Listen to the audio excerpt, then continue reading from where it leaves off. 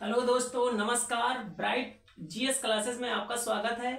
आज हम फिर से करंट अफेयर 2024 के अंतर्गत लेक्चर यानी क्लास नंबर 2 लेकर आए हैं, जिसमें से हम कुछ प्रमुख बिंदुओं के बारे में फिर से चर्चा करेंगे। देखते हैं कौन कौन से हैं जो बिंदु हैं आपके। पहला नंबर 1 का लड़का भाऊ योजना। लड़का भाऊ योजना ये महाराष्ट्र सरकार के द्वारा संचालित किया गया। कौन सी योजना? लड़का भाऊ योजना। लड़का भाऊ योजना महाराष्ट्र सरकार के द्वारा संचालित की गई।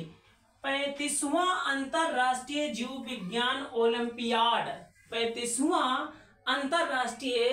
अंतरराष्ट्रीय जीव विज्ञान ओलंपियाड की शुरुआत किया गया। वो किस देश से किया गया? तो कजाकिस्तान के देश से द्वारा। कजाकिस्तान। इसी प्रकार से वित्त वर्ष 2023 और 24, वित्त वर्ष 23 और 24 के बीच में भारत की जो बेरोजगारी दर थी वो कितने % निश्चित की गई? 6% निश्चित की गई 23 और 24 के वित्त वर्ष की दर।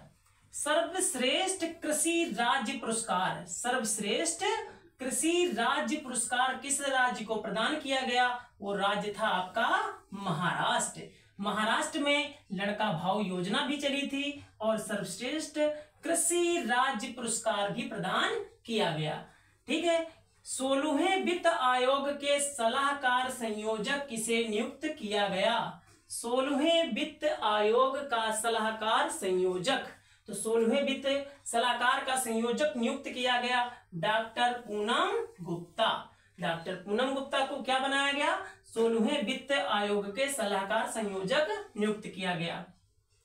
संविधान हत्या दिवस, बहुत ही महत्वपूर्ण ये प्रश्न है आपके लिए। संविधान हत्या दिवस 25 जून को निर्धारित किया गया मनाने के लिए। संविधान हत्या दिवस 25 जून को। 25 जून के नीति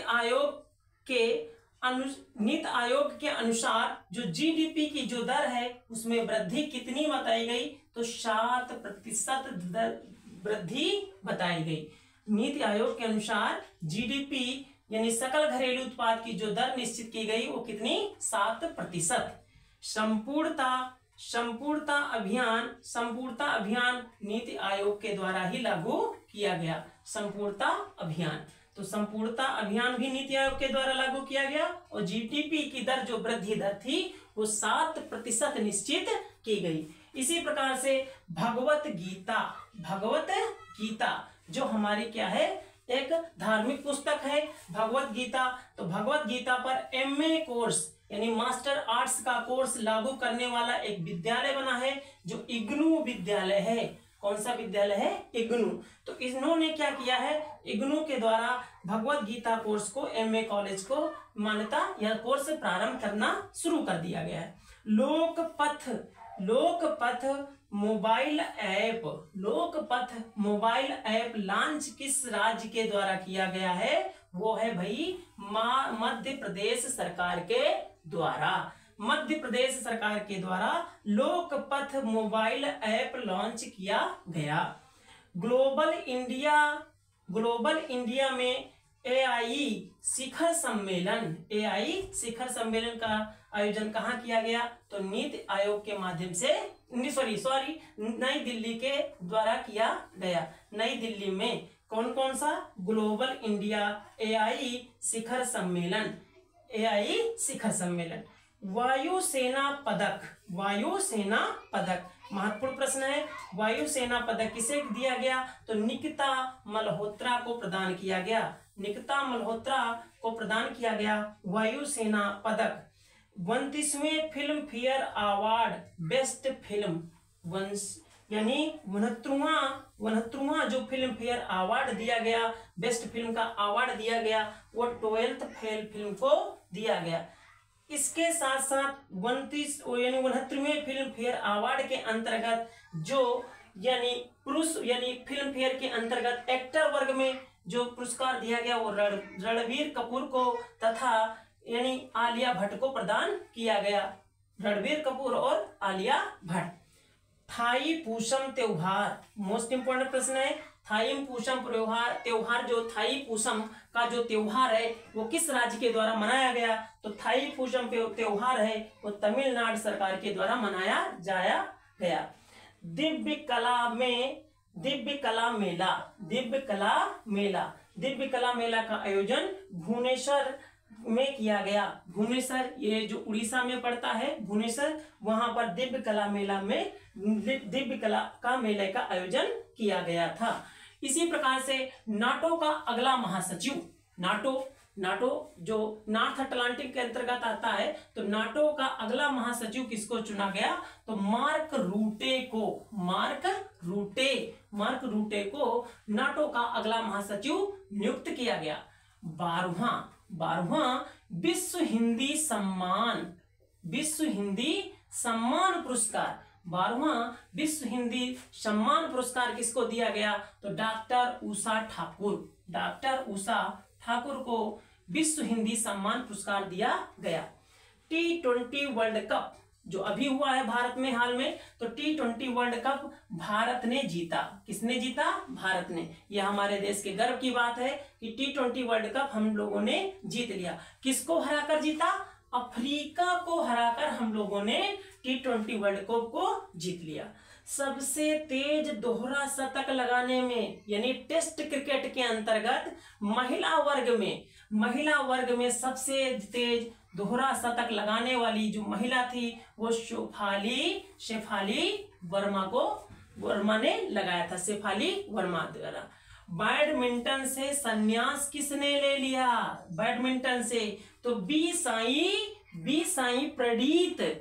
साई जो थी प्रणीत, इन्होंने बैडमिंटन से क्या कर लिया? संन्यास ले लिया। तो हाँ दोस्तों, फिर आगे देखते हैं कि 58वां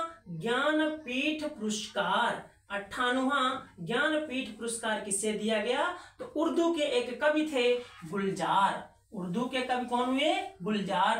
तथा जगत गुरु राम भद्राचार्य को क्या किया गया? 58वां ज्ञानपीठ पुरस्कार दिया गया। तो उर्दू में गुलजार थे और जगत गुरु राम भद्राचार्य, जिनको 58वां ज्ञानपीठ पुरस्कार दिया गया। कॉलेज फंगधासी मिशन योजना किस राज्य के द्वारा शुरुआत किया गया? तो वो राज्य था आपका मणिपुर। ब्रिक्स की, अगला प्रश्न बहुत महत्वपूर्ण प्रश्न है आपके लिए। ब्रिक्स की अध्यक्षता किस देश के द्वारा किया गया? तो रूस के द्वारा किया गया। ब्रिक्स शिखर सम्मेलन 2024 में। 112वां अंतरराष्ट्रीय श्रम सम्मेलन, 112वां अंतरराष्ट्रीय श्रम सम्मेलन का आयोजन जो हुआ वो किस देश में किया गया? तो स्विट्जरलैंड की राजधानी जिनेवा के अंतर्गत किया गया। वैश्विक ऊर्जा संक्रमण सूचकांक 2024, वैश्विक ऊर्जा संक्रमण सूचकांक 2024 में जो प्रथम स्थान पर है वो स्वीडन का नाम आता है और भारत का स्थान 63 नंबर पर है, 63वां। तो भारत का स्थान कौन सा है? 63वां है। और जो स्वीडन है उसका प्रथम स्थान है किस सूचकांक में? वैश्विक ऊर्जा के मामले में, ऊर्जा संक्रमण के मामले में स्वीडन प्रथम स्थान पर है और भारत कौन सा है? 63वें नंबर पर है। 10वां अंतरराष्ट्रीय योग दिवस, मोस्ट इंपॉर्टेंट प्रश्न है। 10वां अंतरराष्ट्रीय योग दिवस कहां पर मनाया गया? तो हमारा श्रीनगर जम्मू कश्मीर के अंतर्गत मनाया गया। श्रीनगर में 10वां अंतरराष्ट्रीय योग दिवस मनाया गया। पहला साहित्यिक शहर, बहुत ही महत्वपूर्ण प्रश्न है आपके लिए कि पहला साहित्यिक यानी भारत का ऐसा कौन सा शहर है जिसको साहित्यिक पुरस्कार दिया गया है या साहित्यिक शहर में शामिल किया गया? तो कोझिकोड केरल को क्या माना गया? पहला साहित्यिक शहर माना गया। फ्रेंच ओपन एकल खिताब, मोस्ट इंपोर्टेंट, डबल स्टार में कर सकते हैं आप। फ्रेंच ओपन पुरस्कार एकल खिताब किसको मिला या किसने जीत लिया? तो कार्लोस अल्कराज। तो हेलो दोस्तों, आज की वीडियो कैसी लगी आप इसके बारे में कमेंट बॉक्स में जरूर बताएं, ठीक। और चैनल को आप सब्सक्राइब अवश्य कर लें। वीडियो अगर अच्छा लगा हो तो एक बार लाइक अवश्य कर दें। धन्यवाद।